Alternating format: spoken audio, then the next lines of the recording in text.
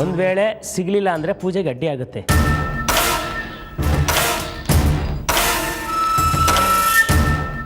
ಯಾವ ವಿಷಯಕ್ಕೆ ಯಾಗ ಮಾಡ್ತಿರೋ ಅದು ನಡೆಯಲ್ಲ, ತೊಂದರೆ ಆಗುತ್ತೆ. ಅಂದರೆ ಅಡ್ಡಿಗಳಾಗ್ತಾನೆ ಇರುತ್ತೆ ಅಂತ ನೀವು ಹೇಳ್ತಿರೋದು? ನಾಳೆ ಇರೋ ಪೂಜೆ ನಿಮ್ಮ ಮದುವೆಗೆ ಸಂಬಂಧಪಟ್ಟಿದ್ದು, ಯಾವುದಕ್ಕೂ ಎಚ್ಚರಿಕೆಯಿಂದ ಇರಿ. ಸರಿ ಪುರೋಹಿತ್ರೆ, ನಾನು ಬರ್ತೀನಿ ರಾಮ.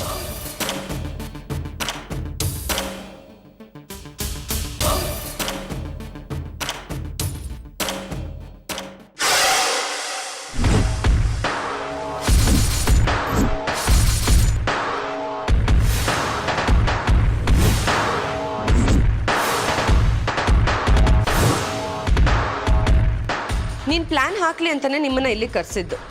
ಮುತ್ತು ಮಾವನ ಮುಂದೆ ತುಂಬ ಏನೂ ಗೊತ್ತೇ ಇಲ್ಲ ಅನ್ನುವಾಗ ನಾಟಕ ಮಾಡ್ತೀಯಾ? ಈಗಿದೆ ನೋಡು.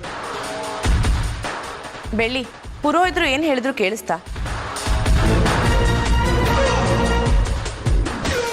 ನೀನೊಬ್ಳೆ ಕ್ಲೀನಾಗಿದ್ರೆ ಸಾಲದು, ಮನೆ ಎಲ್ಲ ಕ್ಲೀನಾಗಿರಬೇಕು. ಆಗಲೇ ನನ್ನ ಮುತ್ತು ಮಾವನ ಮದುವೆ ಯಾವುದೇ ಅಡ್ಡಿ ಇಲ್ದೇನೆ ನಡೆಯೋದು. ತಿಳಿತಾ? ಸರಿ ಅಕ್ಕ, ಈಗಲೇ ಮನೆ ಎಲ್ಲ ಕ್ಲೀನ್ ಮಾಡಿಬಿಡ್ತೀನಿ. ಒಳ್ಳೇದು, ಹಾಗೆ ಮಾಡಿ. ಸ್ವಾತಿ, ಬಾ ಹೋಗೋಣ.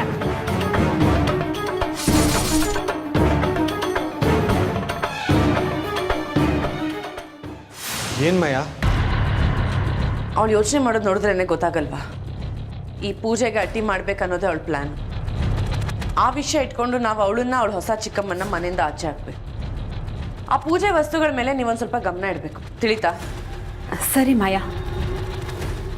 ನನ್ನ ಮುಂದೆನೇ ಅತಿಯಾಗಾಡ್ತಾಳೆ. ಅವಳಿಗೆ ಈ ಮಾಯಾ ಅಂದ್ರೆ ಏನು ಅಂತ ತೋರಿಸ್ತೀನಿ.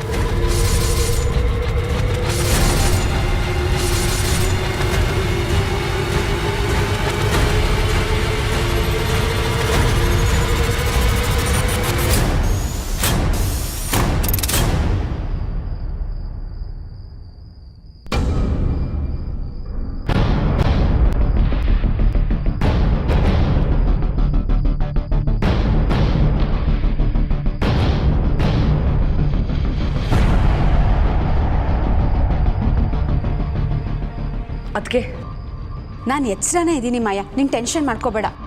ಆ ಚೋಟ್ ಮೆಣಸಿನ್ಕಾಯಿ ಸಖತ್ ಬುದ್ಧಿವಂತೆ ಅಂತ ಬೇರೆ ಹೇಳಿದಾಳೆ. ಅವಳು ಬಂದೇ ಬರ್ತಾಳೆ, ನೀವು ವೆಯ್ಟ್ ಮಾಡಿ. ಆಯ್ತು ಆಯ್ತು, ನೀನು ಆರಾಮಾಗಿರು, ನಾನು ನೋಡ್ಕೋತೀನಿ.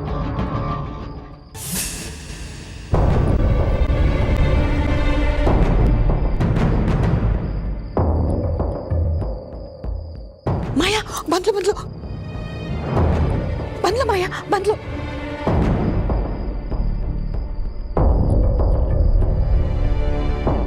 ಅದಕ್ಕೆ ನೀವು ಕಿರ್ಚಾಡ್ಬೇಡಿ. ನೀವು ಕೂಗಾಡೋದು ಅವಳಿಗೆ ಕೇಳಿಸಿದ್ರೆ ಕಷ್ಟ. ಓಕೆ ಓಕೆ ಆಯ್ತು, ಬಂದ್ಲು ಮಾಯಾ.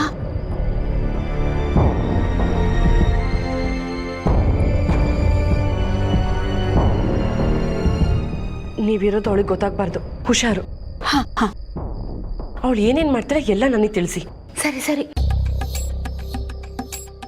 ಹಾಲಿಗೆ ಬಂದ್ಲು ಮಾಯಾ, ಬರ್ತಾ ಇದ್ದಾಳೆ. ದೇವ್ರ ಮನೆ ಕಡೆನೆ ಹೋಗ್ತಿದ್ದಾಳೆ.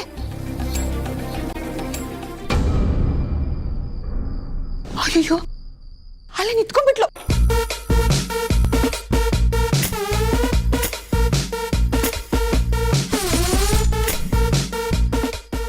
ಅಲ್ಲೇ ನಿಂತ್ಕೊಂಡು ಏನೋ ಯೋಚನೆ ಮಾಡ್ತಿದ್ದಾಳೆ ಮಾಯಾ ಅವಳು.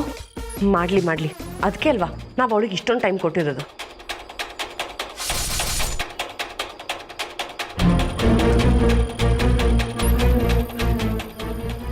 ಅಡ್ಗೆ ಮನೆ ಕಡೆ ಹೋಗ್ತಿದ್ದಾಳೆ.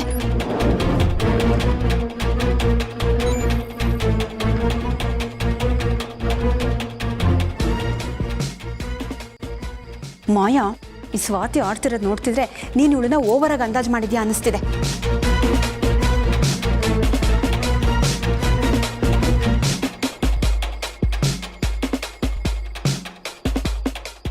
ಯಾಕದ್ಕೆ? ಅವಳು ಅಡುಗೆ ಮನೆಗೆ ಹೋಗಿ ಬಿಸ್ಕೆಟ್ ತಿಂತಿದ್ದಾಳೆ.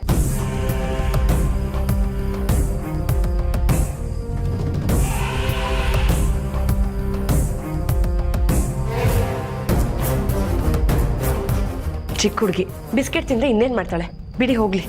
ಅದು ಕರೆಕ್ಟ್ ಅಲ್ವಾ? ಆದರೆ ಇವಳ ಪ್ಲಾನ್ ಏನು ಅಂತಾನೆ ಅರ್ಥ ಆಗ್ತಿಲ್ಲ. ಇರೋ ಮಾಯಾ, ಲೈನಲ್ಲಿರು. ಅವಳು ಏನು ಮಾಡ್ತಿದ್ದಾಳೆ ಅಂತ ಹೇಳ್ತೀನಿ.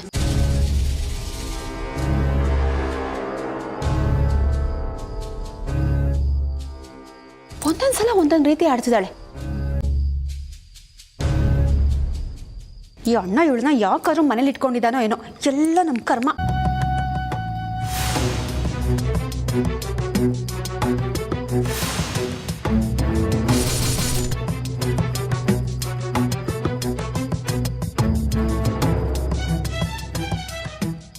ಮಾಯಾ ದೇವ್ರ ಮನೆ ಕಡೆ ಹೋಗ್ತಿದ್ದಾಳೆ. ದೇವ್ರ ಮನೆಗೆ. ಹಾಗೆ ನೋಡ್ತಾ ಇರಿ, ಮತ್ತೆ ಇನ್ನೇನ್ ಮಾಡ್ತಾಳಂತ ನನಗೆ ತಿಳಿಸ್ತಾ ಇರಿ. ಹಾ ಸರಿ ಸರಿ.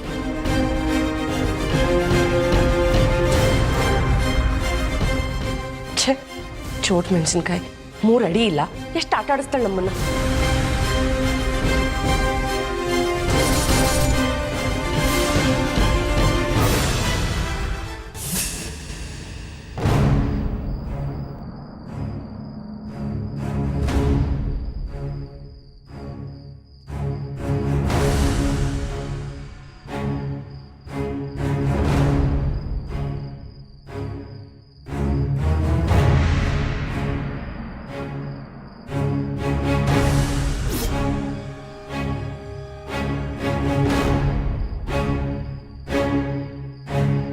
ತುಪ್ಪ ಪೆಟ್ರೋಲು ಸೂಪರ್ ಕಾಂಬಿನೇಷನ್.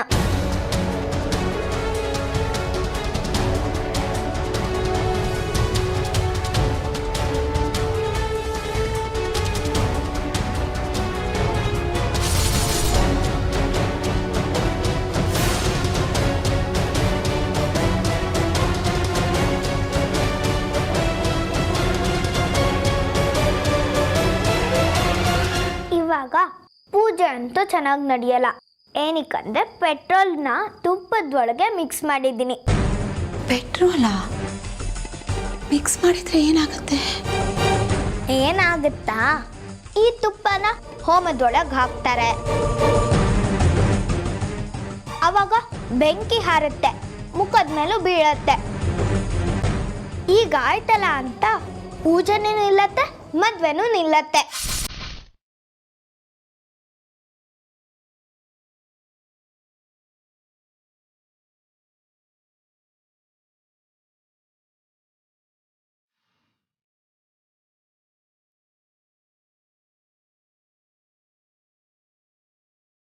ಯಾಕೆ ಶರ್ಮಿಳ, ಏನಾಯ್ತು? ಸರಿ, ನೀನು ಆ ಮನೆ ಹಾಳಿ ಮೇಲೆ ಗಮನ ಇಡು, ನಾನು ಮಾಯಂಗ್ ವಿಷಯ ಹೇಳ್ತೀನಿ.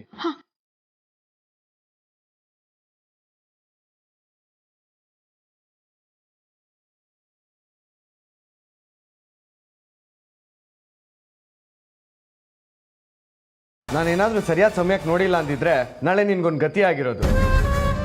ನಾವೇ ಎಲ್ಲರಿಗಿಂತ ಸಖತ್ತಾಗಿ ಪ್ಲಾನ್ ಮಾಡ್ತೀವಿ ಅಂತ ಅನ್ಕೊಂಡ್ರೆ ಆ ಸ್ವಾತಿ ನಮ್ಗಿಂತ ಒಂದು ಹೆಜ್ಜೆ ಮುಂದೆ ಹೋಗಿ ನಮಗೆ ಹಲ್ವಾ ತಿನ್ಸಕ್ ನೋಡ್ತಿದ್ದಾಳ. ಪರವಾಗಿಲ್ಲ, ಅದನ್ನು ಫೇಸ್ ಮಾಡೋಣ. ಈಗೇನು ಹೋಮಕ್ಕೆ ಹಾಕ್ಬೇಕಾಗಿರೋ ತುಪ್ಪದಲ್ಲಿ ಪೆಟ್ರೋಲ್ ಮಿಕ್ಸ್ ಮಾಡಿದಾಳೆ, ಅಷ್ಟೇ ತಾನೆ? ಹೌದು. ಅವಳು ಬಿಟ್ಟಿರೋ ಬಾಣಕ್ಕೆ ಅವಳೇ ಬಲಿಯಾಗೋ ಹಾಗೆ ಮಾಡ್ತೀನಿ. ಗೊತ್ತಾಗ್ಲಿಲ್ವಾ? ಪೆಟ್ರೋಲ್ ಹಾಕಿರೋ ತುಪ್ಪನ ಅವಳ ಕೈನಲ್ಲೇ ಹೋಮಕ್ಕೆ ಹಾಕ್ಸಿ ಅವಳ ಮುಖ ಎಲ್ಲ ಸುಟ್ಟು ಹೋಗೋ ಹಾಗೆ ಮಾಡ್ತೀನಿ. ಅಲ್ಲ ಮಾಯ, ಮುತ್ತಣ್ಣ ಅಲ್ಲೇ ಇರ್ತಾನೆ. ಹೆಚ್ಚು ಕಡಿಮೆ ಆದ್ರೆ ಕಷ್ಟ. ಸಿಕ್ಕಾಕೊಂಡ್ರೆ ಮುತ್ತಣ್ಣ ಸುಮ್ಮನೆ ಬಿಡ್ತಾನೆ ಅನ್ಕೊಂಡಿದ್ಯಾ? ಕತ್ತರಿಸಾಕ್ಬಿಡ್ತಾನೆ. ಹಾಗಂತ ಅವಳು ಆಡೋದ್ನೆಲ್ಲ ನೋಡ್ಕೊಂಡು ಸುಮ್ಮನೆ ಕುತ್ಕೊಳ್ಳೋಕೆ ಆಗಲ್ಲ ಭೈರ. ಸರಿಯಾಗಿ ಪಾಠ ಕಲಿಸ್ಲೇಬೇಕು. ಈಗ ನೀನೇನ್ ಮಾಡ್ತೀಯ ಅಂದ್ರೆ, ನಾಳೆ ಹೋಮಕ್ಕಂತ ಹೊಸ ಬಟ್ಟೆಗಳನ್ನ ತಂದಿರ್ತಾರೆ. ಆ ಬಟ್ಟೆಗಳಲ್ಲಿ ಉಪ್ಪು ಮೆಣಸಿನ್ಕಾಯಿನ ಕಟ್ಟಿಡು. ಹೋಮಕ್ಕೆ ತುಪ್ಪ ಸುರಿತಿದ್ದ ಹಾಗೆ ಘಾಟ್ ಜಾಸ್ತಿ ಆಗುತ್ತೆ. ಬೆಂಕಿ ಹಾರಿ ಅವಳ ಮುಖ ಎಲ್ಲ ಸುಟ್ಟೋಗುತ್ತೆ. ಒಂದ್ ವೇಳೆ ಅಲ್ಲಿ ಮಿಸ್ ಆದ್ರೂ ಘಾಟ್ ಜಾಸ್ತಿ ಆಗಿರುತ್ತೆ.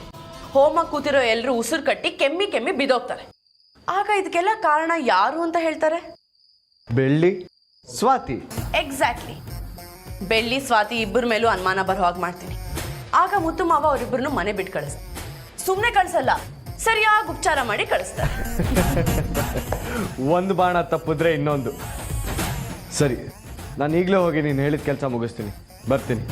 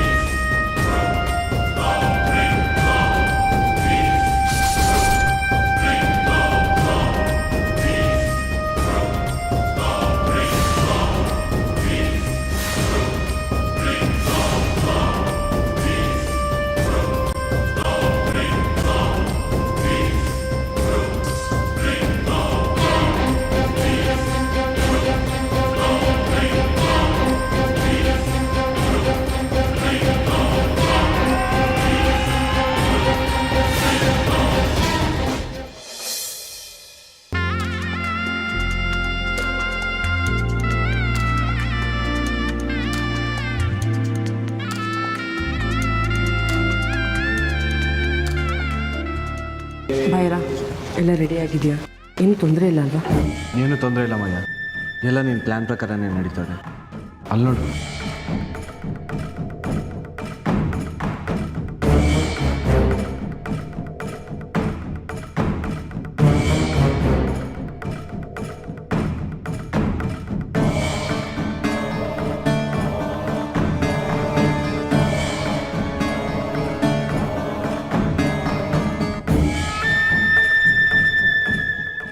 ಸ್ವಾತಿ ಎಲ್ಲಿ ಕಾಣಿಸ್ತಿಲ್ಲ?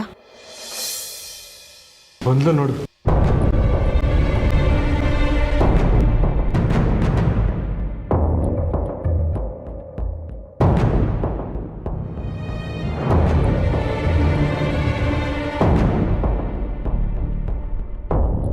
ಇವತ್ತು ಎಷ್ಟು ನಗಬೇಕೋ ನಗು, ಇನ್ಯಾವತ್ತೂ ನಿನ್ನ ಮುಖದಲ್ಲಿ ನಗುನೇ ಕಾಣಬಾರ್ದು, ಆ ರೀತಿ ಮಾಡ್ತೀನಿ.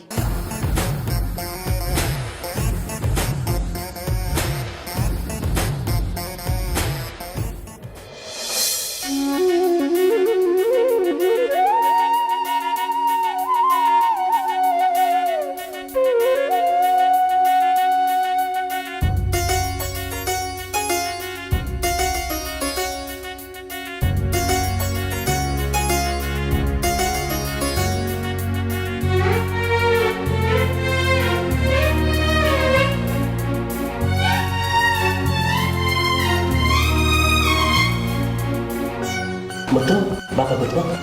ಮಾಯ ಬಂದ ಕೂತ್ಕೋ.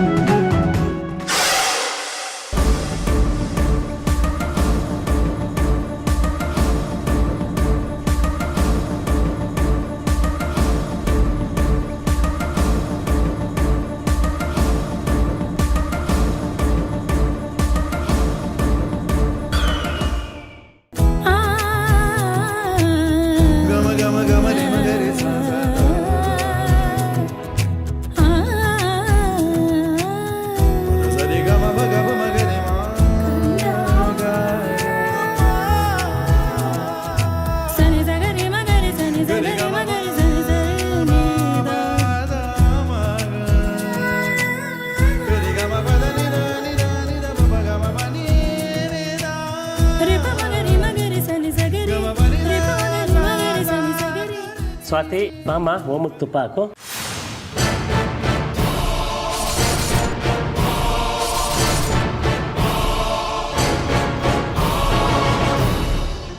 ನಾನಾ? ಹೌದಮ್ಮ ನೀನೇ.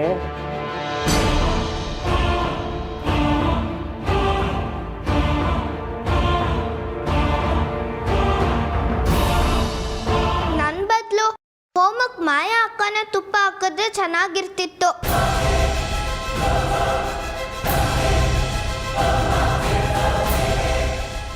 ಏನಂತೀರ ಮಾಯಾ ಅಕ್ಕ?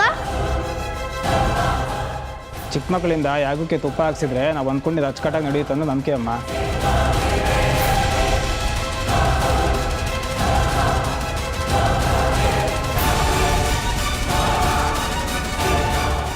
ಅಲ್ಲೇ ನಿಂತಿದೆಯಲ್ಲ ಬಾಮ್ಮ. ಸ್ವಾತಿ, ಯಾಕೆ ಅಲ್ಲೇ ನಿಂತಿದ್ಯಾ? ಬಾ ತುಪ್ಪ ಹಾಕು ಅಂತ. ಬಾ ಸ್ವಾತಿ.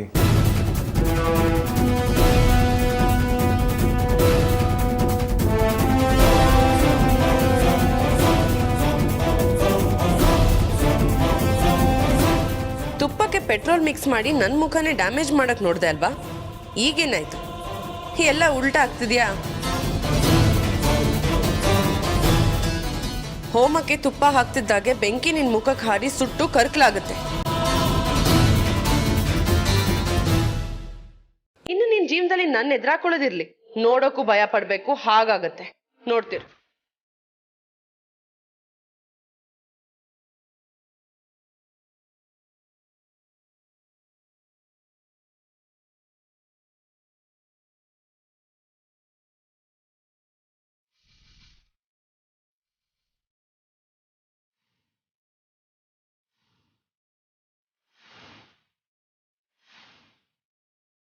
ಸ್ವಾತಿ ತಗೊಂಬತ್ತ ಆಯ್ತು.